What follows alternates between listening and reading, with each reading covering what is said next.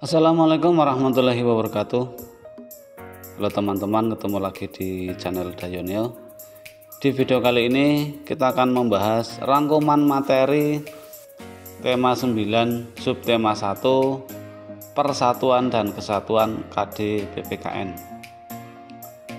Di video kemarin sudah ditayangkan rangkuman materi subtema 1 tema 9 KD IPA dan KD Bahasa Indonesia.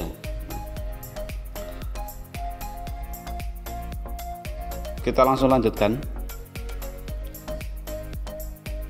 Mari kita amati gambar berikut ini. Perhatikan gambar berikut. Paman, Siti, dan para tetangga bekerja sama membersihkan lingkungan rumah. Mereka juga mengganti bola lampu yang mati untuk penerangan di depan rumah masing-masing. Kegiatan mereka demi keamanan dan kenyamanan semua warga kampung. Kegiatan mereka itu mencerminkan hidup rukun dalam persatuan dan kesatuan. Jadi gambar ini adalah salah satu contoh cermin hidup rukun dalam persatuan dan kesatuan. Nah, ternyata ada perilaku yang mencerminkan persatuan dan kesatuan dalam masyarakat. Sebaliknya, ada pula perilaku yang tidak mencerminkan persatuan dan kesatuan dalam masyarakat. Mari kita lihat contohnya.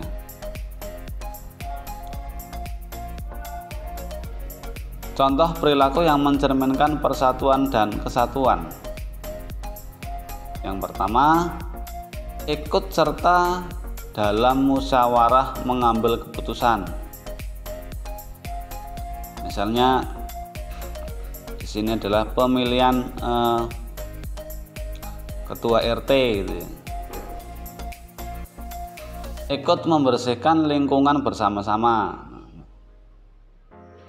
Contohnya kerja bakti di lingkungan, membersihkan selokan ya, mengecat gapura dan sebagainya. Menghormati orang yang berbeda suku atau agama. Jadi saling toleransi ya. Saling membantu jika ada yang kesusahan. Nah, ini misalnya tetangga kita sedang sakit, kita menjenguk ya. Kita membantu, bergotong royong. Ini contoh perilaku yang mencerminkan persatuan dan kesatuan. Contoh perilaku yang tidak mencerminkan persatuan dan kesatuan. Nah, ada apa saja? Yang pertama, tidak mau ikut bergotong royong.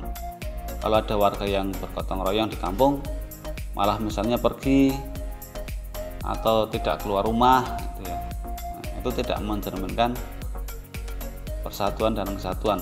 Tidak menghormati pendapat orang lain. Jadi tidak menghormati pendapat orang lain. Tidak ikut serta dalam kegiatan membersihkan lingkungan. Nah, jadi kalau ada kegiatan membersihkan lingkungan tidak mau ikut gitu ya. Berkelahi dan tidak menghargai orang yang berbeda suku atau agama. Nah, ini sudah sangat jelek sekali ya. Berkelahi dan tidak menghargai orang yang berbeda suku atau agama. Kemudian makna penting di dalam persatuan dan kesatuan bangsa Indonesia adalah sebagai berikut. Yang pertama, rasa persatuan dan kesatuan menjalin rasa kebersamaan dan saling melengkapi antara satu dengan yang lain. Yang kedua, menjalin rasa kemanusiaan dan sikap saling toleransi serta rasa harmonis untuk hidup berdampingan secara rukun dan damai. Yang ketiga, menjalin rasa persahabatan, kekeluargaan dan sikap tolong-menolong antar sesama serta sikap nasionalisme. Dapat disimpulkan bahwa makna dari sebuah persatuan dan kesatuan bangsa Indonesia yaitu harus saling bahu-membahu dalam mempertahankan dan mengisi kemerdekaan. Nah, kita lihat contoh lagi. Ini gambar anak sekolah ya. Pak Tagor mengajak Siti dan teman-teman membersihkan parit kecil di samping sekolah. Pak Tagor meminta anak-anak membersihkan sampah yang menghalangi aliran air. Pak Tagor juga meminta anak-anak mencabut rumput-rumput ilalang di sepanjang parit. Siti dan teman-teman senang melakukan kegiatan itu. Mereka rukun dan bekerja sama demi lingkungan sekolah yang bersih dan aman. Ini contoh hidup rukun yang berada di lingkungan sekolah. Hidup rukun sangat menyenangkan. Hidup rukun harus terjalin baik di lingkungan keluarga, sekolah maupun masyarakat. Siti bekerja sama dengan teman-teman seperti pada gambar di atas yang mencerminkan hidup rukun. Selain yang dicontohkan pada gambar hidup rukun, misalnya dengan membantu orang yang membutuhkan atau sedang susah. Dengan hidup rukun kita turut memperkuat persatuan dan kesatuan di Indonesia.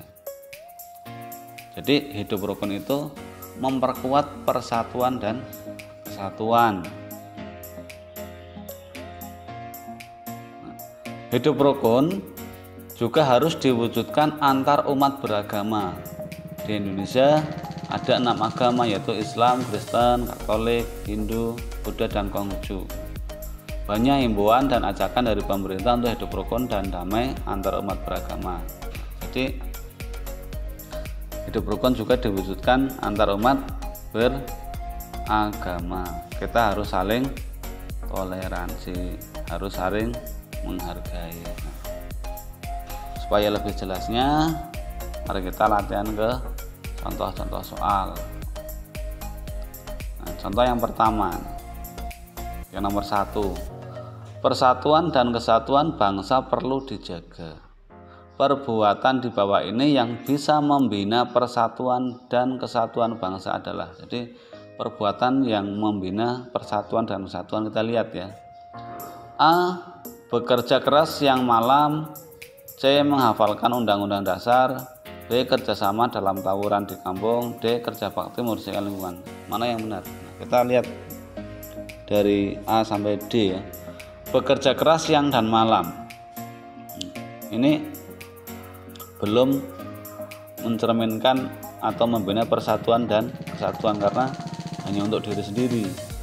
Jadi siang dan malam bekerja terus tanpa henti ya. Nah, ini hanya untuk diri sendiri. Yang C. Menghafalkan undang-undang dasar. Ini juga masih untuk diri sendiri, belum mencerminkan persatuan dan kesatuan. B. Kerjasama dalam tawuran di kampung. Nah, ini kerjasamanya betul, tapi di sini tawuran di kampung. Berarti ini malah perbuatan yang tidak mencerminkan persatuan dan kesatuan ini ya. Jadi ini salah. Nah, karena kerjasamanya dalam hal yang jelek ya, tawuran. Yang D. Kerja bakti membersihkan lingkungan. Nah, ini yang betul ya. Jadi jawabannya yang D. Nah, kita lanjut yang nomor 2. Rasa persatuan dan kesatuan tidak akan terjaga dengan baik jika kita Nah, rasa persatuan dan kesatuan tidak akan terjaga dengan baik jika kita A. Saling menolong, saling toleransi, saling menghargai, saling merasa lebih baik. Nah, kita lihat jawabannya. Yang A. Saling menolong. Saling menolong ini betul ya, karena kalau kita selalu saling menolong, saling membantu, maka akan terjaga persatuan dan kesatuan. B. Saling toleransi. Ini juga betul ini. Saling toleransi itu akan membina persatuan dan kesatuan. C. Saling menghargai. Nah, ini juga sama ya. Toleransi, menghargai. D. Saling merasa lebih baik. Nah, ini merasa dirinya paling baik, merasa sukunya yang paling baik, merasa golongannya yang paling baik. Nah, Ini yang salah. Jadi yang tidak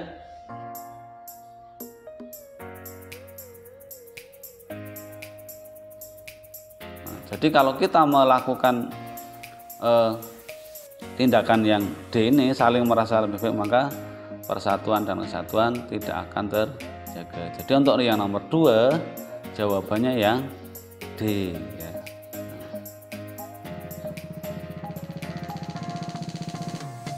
Nomor 3. Berikut yang termasuk akibat hidup rukun. Berikut yang termasuk akibat hidup tidak rukun dalam masyarakat adalah. Jadi akibat hidup tidak rukun. Kalau kita tidak rukun, apa yang akan terjadi gitu ya? Nah, misalnya nih yang akan terjadi kalau kita tidak rukun, perselisihan atau pertengkaran, kesalahpahaman, terjadi konflik, terjadi perpecahan. Kita lihat jawabannya A. Hidup tentram dan damai. Nah, ini kalau kita rukun ya. Nah, berarti jawabannya bukan yang ini. B. Mempunyai banyak teman. Nah, ini kalau kita hidup rukun. C. Keluarga menjadi harmonis. Nah, ini juga hidup rukun. Yang D. Mudah terjadi pertengkaran ya. Jadi kalau kita tidak rukun, maka mudah terjadi pertengkaran. Jawabannya yang D. Nah, nomor 4. Berikut yang termasuk contoh membangun kerukunan hidup di lingkungan sekolah adalah. Jadi yang membangun hidup di lingkungan sekolah ada apa saja? A. Menghormati guru dan menyayangi teman. B. Berolahraga bersama keluarga. C. Menjenguk tetangga yang sedang sakit. D. Membiasakan makan bersama keluarga. Kita lihat contoh kerukunan yang ada di sekolah ya. Nah, yang pertama misalnya menghormati guru. Yang kedua, membina hubungan baik dengan teman. Yang ketiga, saling membantu. Yang keempat, belajar bersama. Yang kelima, membersihkan lingkungan sekolah bersama. Nah, jadi dari dilihat jawaban yang A, menghormati guru dan menyayangi teman, betul ya. Nah, di sekolah. Yang B, berolahraga bersama keluarga. Ini kerukunan di lingkungan keluarga ya. Menjenguk, yang C, menjenguk tetangga yang sedang sakit. Ini kerukunan yang terjadi di masyarakat ya. D. Membiasakan makan bersama keluarga. Ini kerukunan yang terjalin di lingkungan keluarga. Nah, yang terjalin di lingkungan sekolah adalah yang menghormati guru dan menyayangi teman. Jadi jawaban nomor 4 adalah yang A. Nah, demikian untuk rangkuman materi KD PPKN subtema 1, tema 9. Mudah-mudahan bermanfaat. Nanti ada rangkuman materi PPKN untuk subtema 2 dan subtema 3. Jangan lupa anak-anak untuk selalu menjaga protokol kesehatan, mengenakan masker, mencuci tangan dengan air dan sabun, terus menjaga jarak. Terima kasih. Wassalamualaikum warahmatullahi wabarakatuh.